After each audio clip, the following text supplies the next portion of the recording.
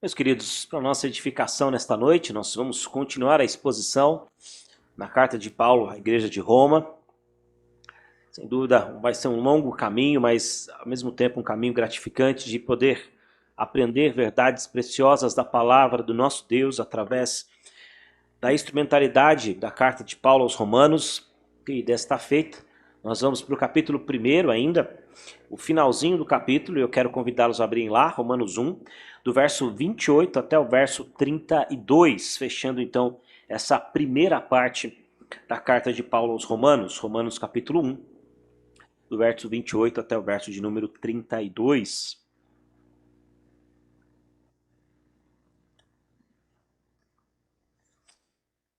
A palavra do Senhor assim nos instrui para esta noite. E por haverem desprezado o conhecimento de Deus, o próprio Deus entregou uma disposição mental reprovável para praticarem coisas inconvenientes, cheios de toda injustiça, malícia, avareza e maldade, possuídos de inveja, homicídio, contenda, dolo e malignidade, sendo difamadores, caluniadores, aborrecidos de Deus, insolentes, soberbos, presunçosos, inventores de males, desobedientes aos pais, insensatos, pérfidos, sem afeição natural e sem misericórdia. Ora, conhecendo eles a sentença de Deus, de que são passíveis de morte os que tais coisas praticam, não somente as fazem, mas também aprova os que assim procedem. Meus irmãos, talvez você tenha acompanhado nos últimos tempos aí que, mais uma vez, volta-se à nossa sociedade uma discussão, digamos que um tanto quanto polêmica, que é a ideia da descriminalização das drogas. Você deve ter ouvido aí ao longo dessa semana e da semana que se passou, que há lá na nossa Suprema Corte uma discussão entre se você for pego, não vocês, é claro, né? Mas se alguém for pego com determinada quantidade de substância ou de entorpecente ilegal, ele deve ser ou não preso. E sempre quando essas discussões são trazidas a público, a gente começa a pensar, ou melhor, repensar sobre essa ideia. E aí, o que pode se fazer ou o que não pode se fazer? E sempre que isso acontece, é muito comum as reportagens dos jornais começarem a dar manchetes sobre isso. E também começarem a pensar nisso. E como isso já aconteceu em outras nações e o que acontece hoje. Mas sabe, irmãos, olhando para esse tema então, dessa semana, e assistindo o jornal durante a semana, uma dessas reportagens foi até um país, né, aqui da América do Norte, em que eles descriminalizaram e agora pode-se usar o que eles chamam lá de uso recreativo. Mas o mais, de certa forma, até interessante, mas triste ao mesmo tempo, é que nos locais onde isso acontece, talvez você pensasse, então, as pessoas estão melhores lá, as coisas melhoraram lá, mas sabe o que é mais pavoroso? É que na reportagem ele diz que naquele país que não existia, mas a criminalidade aumentou o tráfico, mesmo sendo legal, e pasmem, aumentou a violência e o índice de suicídio entre os jovens. Não é estranho pensar como uma coisa que faz tão mal pode por muitas vezes ser colocado até para nações que, digamos assim, têm um desenvolvimento muito maior do que a nossa, e eles aprovarem tal coisa. Não me parece ser um contrassenso? Se uma coisa é tão ruim, por que trazer isso para nós? Se uma coisa é tão nefasta, causa tantos males, por que isso deveria ser algo até incentivado pelas pessoas?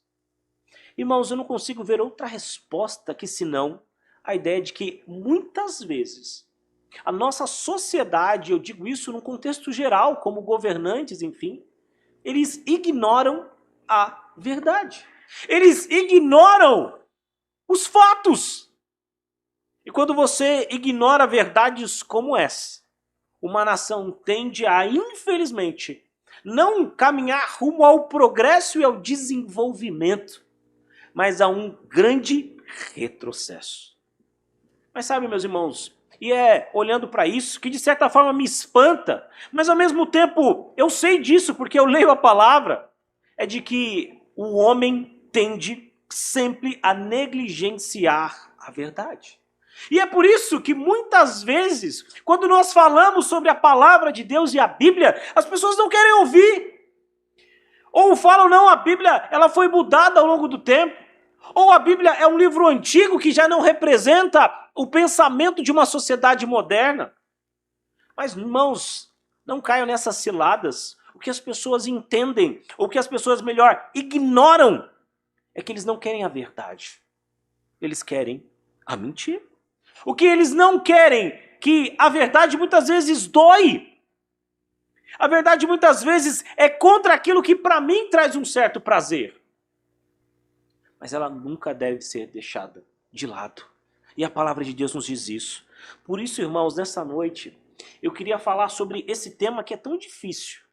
As consequências da rejeição de Deus. E eu diria, isso é um retrato da decadência humana. E por mais que a palavra de Deus já fale isso, e olha que Romanos já foi escrito há quase 2000 anos atrás, ainda nos espanta entender como essa sociedade ignora toda a verdade de Deus. E a gente não acha que ela melhora, mas ela piora. A gente não acha que vê mais justiça, mas injustiças. E por que isso? Porque definitivamente, e de uma forma própria, e de uma forma voluntária, as pessoas ignoram a palavra de Deus. E nesse trecho, então, da palavra de Deus, aqui, do verso 28 até o verso 32, no encerramento desse capítulo, Paulo vai falar sobre essa questão. Por que que as pessoas desprezam a Deus? E no versículo 1, ele diz isso, aliás, no versículo 28, ele diz de forma muito clara, e por haverem desprezado o conhecimento de Deus. Irmãos, nós vivemos num tempo em que as pessoas desprezam a verdade. Nós vemos um tempo em que as pessoas desprezam o conhecimento de Deus. E para justificarem tal coisa, colocam isso na ideia de algo que é antigo, antiquado. Mas a palavra de Deus é a verdade para nós em todos os tempos. E a primeira consequência da rejeição a Deus é o desprezo pela sua palavra. É assim que essa sociedade vive. É assim que esse mundo vive, desprezando o que Deus fala. E nota, irmãos, quando nós iniciamos esse capítulo, Paulo queria muito a parceria da igreja de Roma, porque ele queria pregar o evangelho lá na Espanha.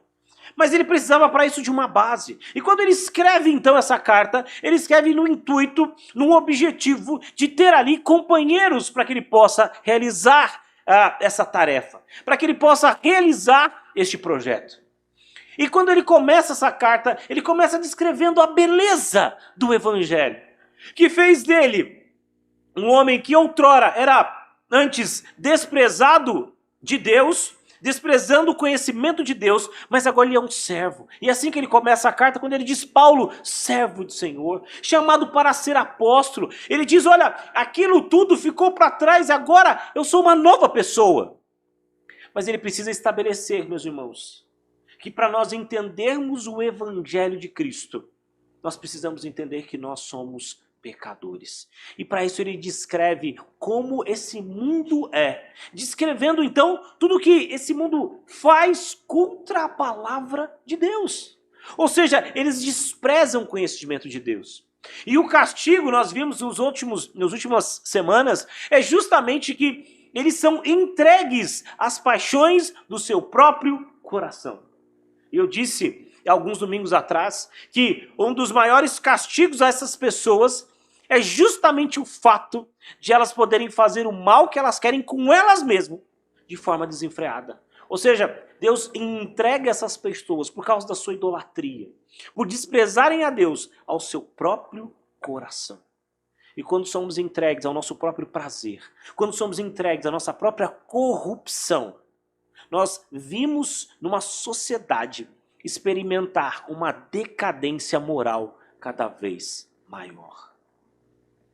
Parece meio estranho pensar que as nações mais desenvolvidas do globo são as nações que têm batalhado pela descriminalização das drogas e também pelo aborto. Não é estranho pensar nisso? E até deixa eu melhorar aqui, conversando recentemente com o vice-ministro Jean, a gente falando sobre aborto, ele diz, a gente até deixou o termo mais bonitinho, né? A gente não fala aborto, né? Parece até uma coisa assim, mais florida, mas o nome correto seria assassinato intrauterino. Ou melhor dizendo, um assassinato dentro da barriga da mãe. Não se chama aborto, se chama assassinato. E é isso que a gente quer, ou isso que as nações mais fortes do globo querem legalizar. Ou seja, é uma nação, é um mundo que despreza todo e qualquer conhecimento de Deus. E o resultado disso, meus irmãos, é um tremendo vazio espiritual, é a perda de uma bússola moral. A gente não tem mais uma moral. E a ideia é de que a verdade, ela é relativa. Isso pode ser verdade para nós hoje aqui, como igreja, mas isso não é verdade para mim. Isso faz sentido para mim, mas não faz sentido para quem está lá. E por isso eu devo respeitar essas opiniões como divergentes. Porque se assim não for, eu sou considerado nesse tempo como alguém intolerante. Como alguém que não vê a evolução do seu tempo. Quando na verdade o que eu quero é que as pessoas não ignorem que a palavra de Deus é verdade, você querendo ou não. A palavra de Deus tem sempre um bom conselho, tem sempre um bom caminho, ainda que as pessoas a ignorem. Ainda que ninguém lá fora dê a menor notícia ou a menor bola, porque a Bíblia diz, eu tenho certeza, porque a palavra de Deus, ela é viva. E o homem, meus irmãos, que pensa assim, ele está entregue então a uma paixão desenfreada no seu coração. Valores éticos são totalmente ignorados, são relativizados. O conceito de verdade é substituído não pelo que é verdade de fato, mas é pelo que eu sinto. E não importa se isso é verdade não, mas o que importa é se eu estou bem, se o meu coração está feliz. Afinal de contas, siga o seu coração, siga os seus sentimentos, seja feliz. Esse é o recado que reveste talvez de uma capa bonita e florida, mas que por dentro traz para nós um dos piores recados de uma nação. De que eles querem valorizar a corrupção, querem valorizar o imoral. Por isso, meus irmãos, esses versículos nos advertem sobre a armadilha que é confiarmos em nossa própria compreensão, confiarmos em nosso próprio coração e deixarmos de buscar a orientação verdadeira da palavra de Deus. Porque, meus irmãos, o desprezo pela sabedoria divina leva a nações, levam a pessoas, a sociedades a tomarem decisões equivocadas e andarem não pelo caminho da paz, mas pelo caminho da guerra. Não pelo caminho da vida, mas pelo caminho da morte. Por isso, meus irmãos, é essencial que nós busquemos de forma diligente a verdade de Deus em todas as áreas da nossa vida. Notem que a palavra de Deus nos diz de forma muito contundente que é importante nós não desprezarmos o conhecimento de Deus. Nós não desprezarmos aquilo que Deus tem para nós. Em um mundo de informações tão conflitantes, a única coisa segura do qual eu e você temos é a palavra de Deus. Hoje existe aí uma briga sobre as chamadas notícias falsas, que no nosso tempo, que a gente gosta de palavra estrangeira, a gente gosta de estrangeirismo, a gente chama de fake news. E tem toda uma ideia, uma capa para que a gente possa então barrar as notícias falsas. Vamos fazer isso, ninguém pode dar notícias falsas, coisas como essa, mas é interessante pensar como essas pessoas que não querem dar notícias falsas, elas desprezam o conhecimento de Deus. Elas desprezam o próprio Deus. Cultivamos, meus irmãos, infelizmente, uma sociedade que não se preocupa de fato com o que é verdadeiro. Não se preocupa com o fato que é puro. Não se preocupa com alguma coisa que de fato pode mudar a sociedade, mas ela se preocupa com seus próprios interesses. Notem, quando Paulo nos diz aqui que por haverem desprezado o conhecimento de Deus, o próprio Deus entregou uma disposição mental reprovável para praticarem coisas inconvenientes. Essas pessoas ignoraram a Deus. E a paga por essa ignorância do Senhor está justamente no fato de, uma vez desprezando a verdade, essa mentira da qual eles acreditam os prejudica em tudo. Irmãos, nós somos repreendidos dominicalmente a mantermos um relacionamento íntimo com o Senhor. Porque, meus irmãos, só conhecendo a verdade com o nosso coração. Porque não é só decorar alguns versículos, não é só pensar talvez na Bíblia numa espécie de perguntas e respostas, mas é só quando essa verdade de fato, ela transcende o conhecimento, está no nosso coração, no mais íntimo do nosso coração, é que nós podemos viver a verdade de Cristo Jesus. É onde nós vamos estar aptos para discernir entre o que é falso, entre o que é verdadeiro. E é somente assim que nós vamos evitar as armadilhas do engano e, infelizmente, da superficialidade espiritual. Irmãos, o desprezo à verdade do Senhor leva o homem cada vez mais longe de Cristo. E cada vez mais longe de Cristo, mais perto do desejo pecaminoso do seu coração. E quanto mais perto do desejo pecaminoso do seu coração, mais próximo esse homem está da ruína. Por isso, irmãos, deixe de ouvir discursos como esses do o que importa é o que o seu coração faz, o que importa são os seus sentimentos, porque o que importa é o que a palavra de Deus nos diz. Porque o importante para nós não é o que eu acho ou o que eu penso sobre determinada matéria, mas o importante para nós é o que a palavra de Deus tem sobre isso. Porque, irmãos, por melhor que nós sejamos aqui como igreja, como pessoa, nós estamos sujeitos às nossas falhas, porque o nosso coração ele é egoísta. A nossa mente é egoísta. E quando nós somos levados a pensar em nós o fazemos sem levar em conta o amor que nós devemos ter ao próximo.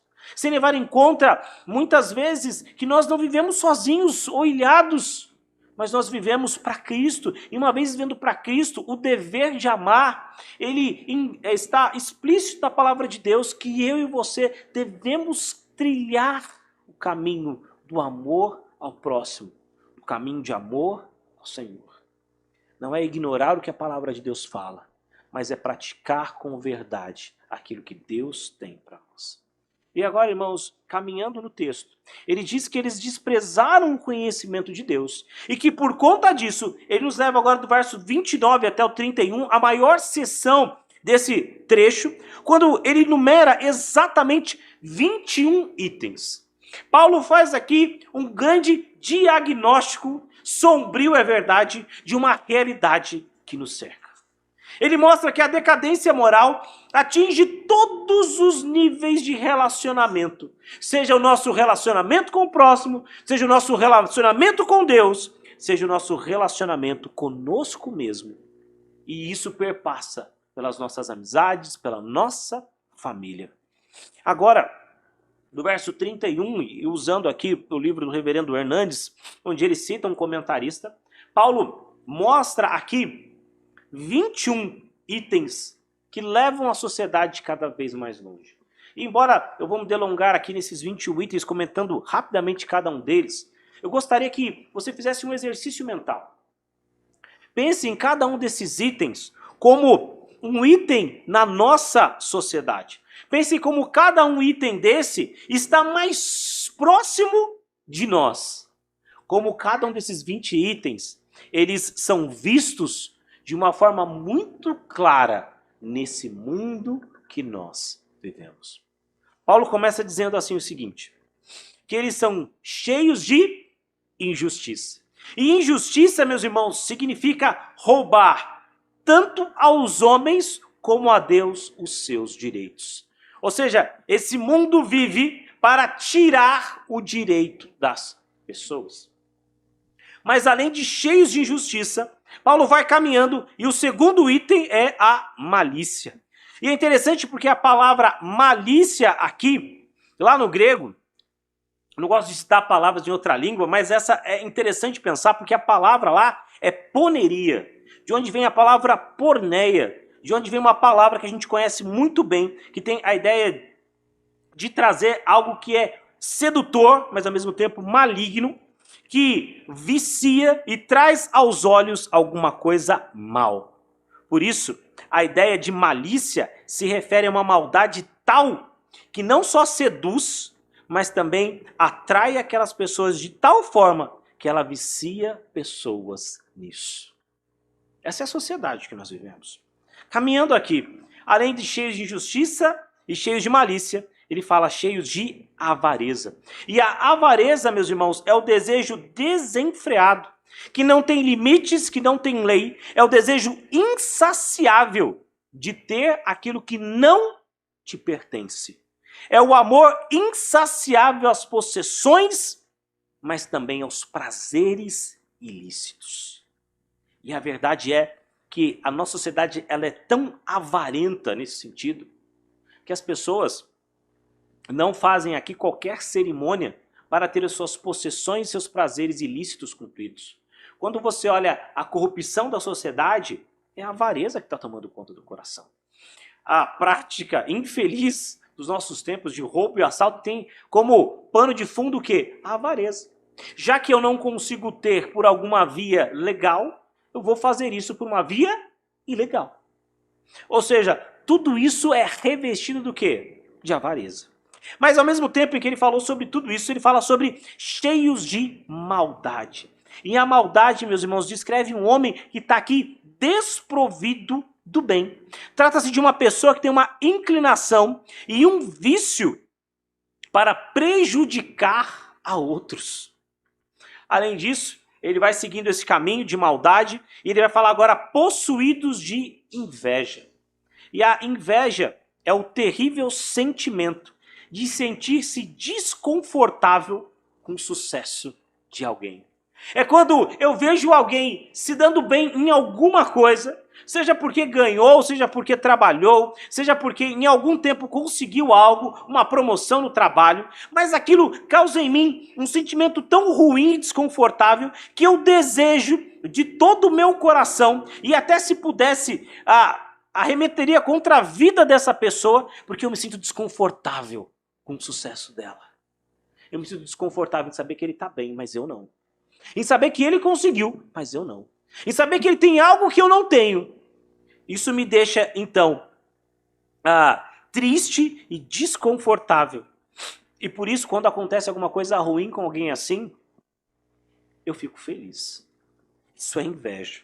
Mas além da inveja, e aqui parece quase que uma escada, né? Quando ele diz que são possuídos de homicídio. E a palavra lá, homicídio, é o desejo ou a intenção de ferir a outro com o intuito de tirar a sua vida. O assassino, por si só, é alguém que odeia o seu próximo. O homem que não tem qualquer afeição pelo seu próximo, ele é chamado aqui de homicida. E lembre que quando Jesus falou sobre o não matarás, ele disse que o não matarás não está só incluso a ideia de arremeter e tirar a vida de alguém, mas também quando eu olho para alguém com uma atitude ou com raiva dessa pessoa, eu também estou matando ela no meu coração. E continuando aqui essa escada, ele diz, possuídos de contenda. E contenda, meus irmãos, é o sentimento ou atitude da pessoa que é dominada pela inveja. E porque é dominada pela inveja, ela se torna briguenta, ela se torna facciosa. Ou seja, ela quer aquilo, custe o que custar. Na sequência ele diz possuídos de dolo ou dolo, né? Depende de como você lê. E a palavra dolo representa alguém que age de maneira, que não age de maneira reta, mas que usa de métodos, sejam clandestinos, sejam desonestos, para tirar vantagem de alguém. Não só pela má conduta, mas também arrastam as outras pessoas a possuírem também como ela. Paulo está dizendo então, meus irmãos, que esse é o raio-x, esse é o diagnóstico das pessoas que vivem sem Deus. E ele continua aqui dizendo que essas pessoas também são possuídos de malignidade. E o que é maligno, né? É a pessoa que sempre vê o lado sombrio das coisas. Difamadores representa a pessoa que sempre murmura, que sempre ouve as pessoas, não com a ideia de ajudá-las, mas com a ideia de falar mal delas. Da onde também vem a ideia, a expressão caluniadores, que é a palavra e é a pessoa que publicamente fala mal das pessoas. Seguindo aqui, aborrecidos de Deus, retrata o homem que não só odeia a Deus, mas que odeia também quem crê em Deus e quem segue o caminho do Senhor. E que de bom grado, ele, se possível, eliminaria não só a Deus, mas também a todas as pessoas que dizem amar a Deus. Insolentes é a palavra que retrata a pessoa que é sadicamente cruel, que encontra prazer em prejudicar alguém. Ele vai seguindo aqui a lista, meus irmãos, eu estou terminando. Ele usa a palavra soberbo, que descreve a pessoa que é cheia de si mesmo. A pessoa que ela se acha tão superior às outras, que para ela só o que ela tem, só o que ela é importante. Na sequência ele fala sobre presunçosos, que descreve a pessoa que pensa de si mesmo muito mais do que convém, e que se ela pudesse, ela não só faria um altar para ela, mas uma música, louvores, e cantaria para si mesmo. Inventores de males, ou seja, retrata aquelas pessoas que buscam novas formas de pecado e de maldade, novas formas de vício, novas formas de imoralidades, desobedientes aos pais. E talvez, diante desse quadro tenebroso em que a gente vê aqui, que Paulo vai pintando com cores muito fortes, ele coloca uma expressão que, de certa forma, até nos assusta. Quando ele diz que essas pessoas estão no mesmo nível das pessoas que desobedecem os seus pais. E a palavra aqui, né, desobedecer, refere-se a uma atitude dos filhos de querer sacudir o jugo da obediência aos pais e ser rebeldes e, ao mesmo tempo, irreverentes. Já parou para pensar que a palavra de Deus iguala todos esses pecados? E que, portanto, desobedecer aos seus pais é um pecado tão grave quanto todos esses que são listados aqui? E agora, os últimos 4 aqui, só um pouquinho mais da sua paciência, quando ele diz insensatos, que é o homem incapaz de aprender com a sua experiência. O insensato é aquele que erra, continua errando, e ainda que ele já tenha provado do seu erro, ele não se remete. Ele não se conserta. Ele não se arrepende. Ele diz ainda sobre pérfidos. E pérfido é a pessoa que não é confiável. Pérfido é a figura de alguém que é desonesto.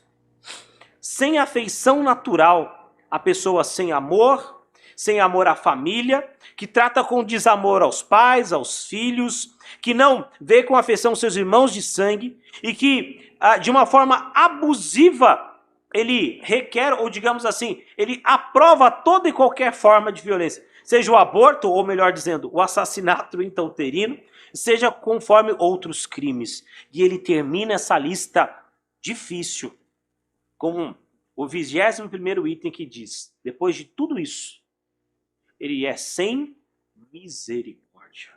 Retrata a pessoa implacável, sem piedade, que fere e que mata outro sem compaixão. Meus irmãos, conseguiram aqui entender o que Paulo retrata? A figura de um homem sem Deus, a figura de uma nação sem Deus, a figura de uma nação que resolveu se entregar aqui à mentira e deixar de lado tudo o que se refere à palavra de Deus. Essa é a nação. Por isso, meus irmãos, aqui há uma aplicação muito importante para nós nesse tempo em que nós vivemos. Busquemos viver, meus irmãos, vidas dignas de fé. E eu não quero aqui dar uma lição de moralismo, no sentido de que você tem que fazer isso, porque senão você vai para o inferno. Não, porque a gente sabe que a salvação é pela graça, mas quando Deus nos alcança pela graça, Ele nos dá a bênção de poder caminhar em novidade de vida. E só quem caminha diferente, e só quem caminha com Deus, consegue ter prazer nele e não nessas coisas. Consegue olhar com firmeza o que a palavra de Deus nos diz. Portanto, essa não é uma mensagem legalista, mas uma mensagem graciosa. De um Deus que, ainda que veja você dessa forma, resolveu pela sua graça te chamar para ser uma pessoa diferente. Seguir os princípios de Deus, meus irmãos, nós podemos evitar as armadilhas e as práticas degradantes. A graça de Deus, ela nos capacita a uma vida justa, a uma vida amorosa. Mas agora, caminhando aqui para o último ponto, eu disse que o primeiro ponto era esse desejo de não ter Deus. O segundo ponto era praticar coisas inconvenientes, numa lista longa, e talvez foi a maior lista de pecados citadas até aqui na Bíblia. No terceiro e último ponto, que traz para nós um espanto ainda maior. Quando lá no verso 32, ele nos diz assim: ora, conhecendo eles a sentença de Deus, de que são passíveis de morte os que tais coisas praticam.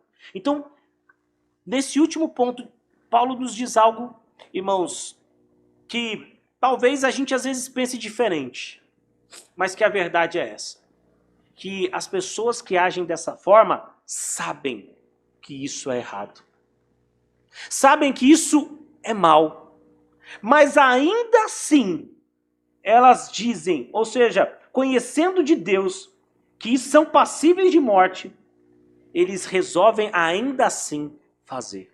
É como se eles dissessem assim: eu sei que no meu coração isso é errado, mas eu quero esse prazer do pecado na minha vida e troco uma vida eterna com Deus.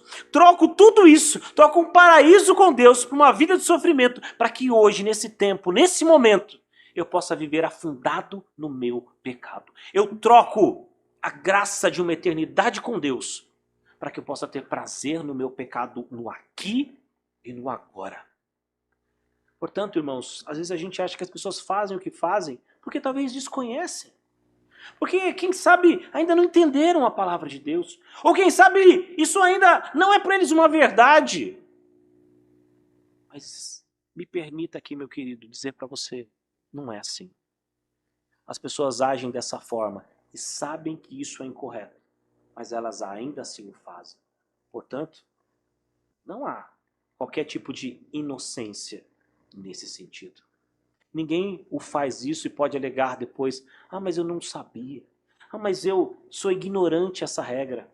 Porque a palavra de Deus nos diz de forma muito clara que eles sabem que isso é inconveniente, mas que ainda assim, mesmo sabendo, mesmo reconhecendo que são passíveis de morte os que tais coisas praticam, eles fazem isso. As pessoas agem sabendo que estão agindo errado, sufocam a verdade de Deus, abafam a voz da sua consciência, apagam a luz do seu coração, porque no íntimo, o prazer delas está em praticar essas coisas.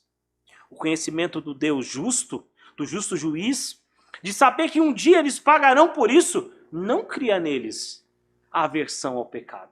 E notem, irmãos, isso é visto em todas as sociedades. Sabe por que eu estou dizendo isso? Porque em qualquer lugar que você for, as pessoas procuram uma religião. E por que as pessoas procuram um relacionamento com Deus? Porque elas querem de alguma forma se livrar desse pecado que elas sabem que está lá. Todas as sociedades, de todos os tempos, de todas as tribos, seja a mais avançada, seja a mais antiga, seja a mais primitiva, seja aquela que nós achamos que é mais ignorante, ou seja a que tem um progresso ainda maior, todas têm um sentimento de querer estar de bem com o divino. Até porque a própria palavra religião significa lá no latim religare. A ideia de que é querer ligar de novo com aquilo que é divino. Todo mundo tem isso. Todas as pessoas têm isso.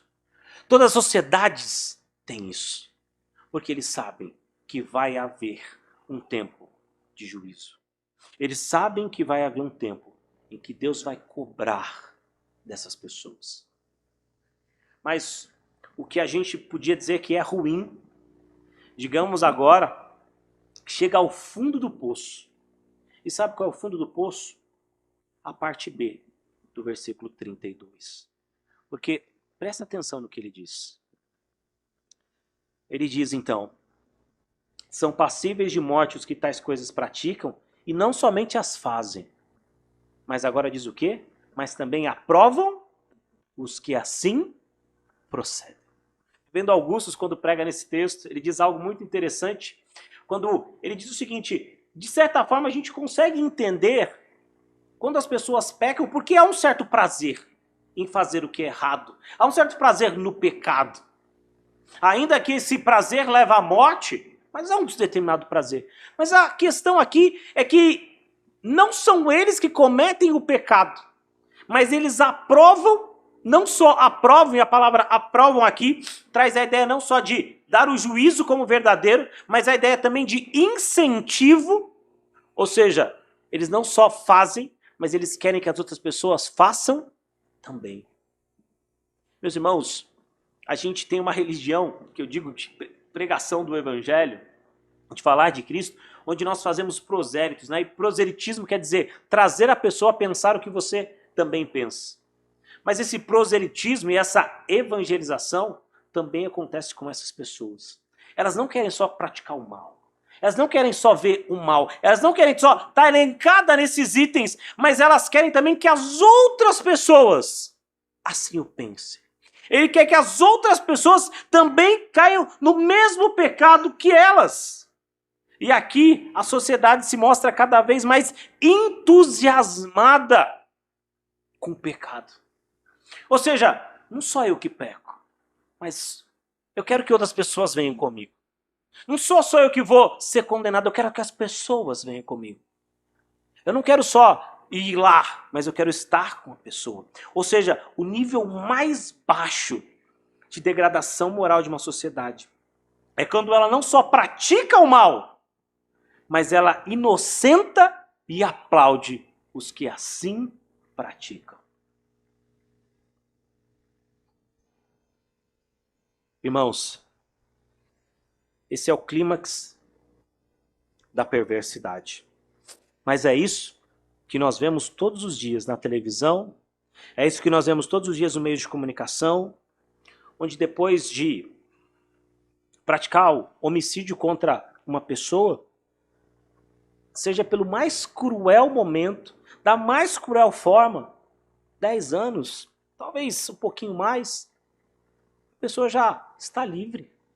Ainda que ela tenha sido condenada, julgada, ainda que todas as suas provas tenham aparecido, ainda que a lei brasileira diga que ele vai ficar 30 anos preso, a verdade que se revela para nós é que em 10 anos, depois de tirar a vida de alguém de forma muito cruel, e essa semana apareceu um caso desses, a pessoa está livre. Como se ela pudesse ter pago 10 anos na cadeia a vida de uma pessoa que nunca mais vai voltar. Irmãos, é ainda mais enfático quando a gente vê que a condição humana é não só da prática do mal, mas é o encorajamento dos outros a também fazer essa prática. E dizendo aqui sem rodeios, inclinando-nos não apenas para condenar, mas também se congratular com aqueles que fazem tal coisa. O profeta Jeremias, no seu tempo, num tempo muito difícil, de frieza espiritual, ele escreve Jeremias capítulo 7, verso 24, aqui, usando uma outra versão que não a nossa, diz assim: mas eles não ouviram, nem inclinaram os ouvidos, antes andaram dos seus próprios conselhos, e na dureza do seu coração malvado, andaram para trás e não para diante. O profeta Jeremias, meus irmãos, repreende o povo por sua obstinação em seguir seus próprios caminhos. Ele repreende o povo porque ele ignorava sistematicamente, de propósito, os conselhos de Deus. A teimosia em rejeitar a orientação divina leva a um retrocesso espiritual. Por isso, meus queridos, nós devemos refletir sobre as nossas escolhas e as nossas motivações diárias. Há uma obstinação em escolher deliberadamente o caminho do pecado. E é uma escolha que nos afasta de Deus e prejudica a nossa comunhão com Ele. Portanto, a aplicação que nós temos, que em vez disso, busquemos uma vida de humildade e submissão e obediência à vontade do nosso Deus.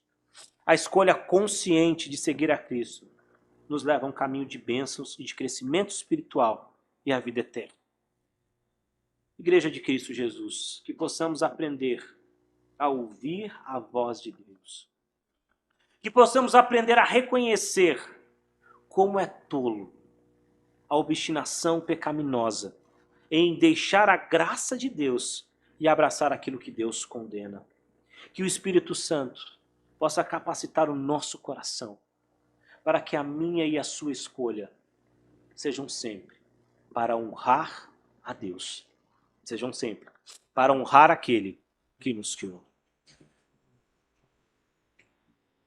Meus irmãos, se eventualmente tudo que eu falei, talvez tenha falado ao seu coração como palavra de Deus, eu quero dizer que se você anda assim, se você anda dessa forma, há uma esperança de reconciliação através de Cristo Jesus. Cristo nos diz, a palavra de Deus nos diz que quando nós nos voltamos para Ele, quando nós em arrependimento nos chegamos a Ele, Ele cancela tudo que era contra nós. E esse é o tempo que nós temos hoje, de abraçarmos a graça do Senhor, de sermos crentes melhores, de ouvirmos mais atentamente a voz do Espírito Santo. Que as nossas vidas possam refletir a reverência e a submissão ao Criador, evitando as trilhas da rejeição e abraçando a plenitude de vida em Deus. Que Deus nos abençoe, meus irmãos.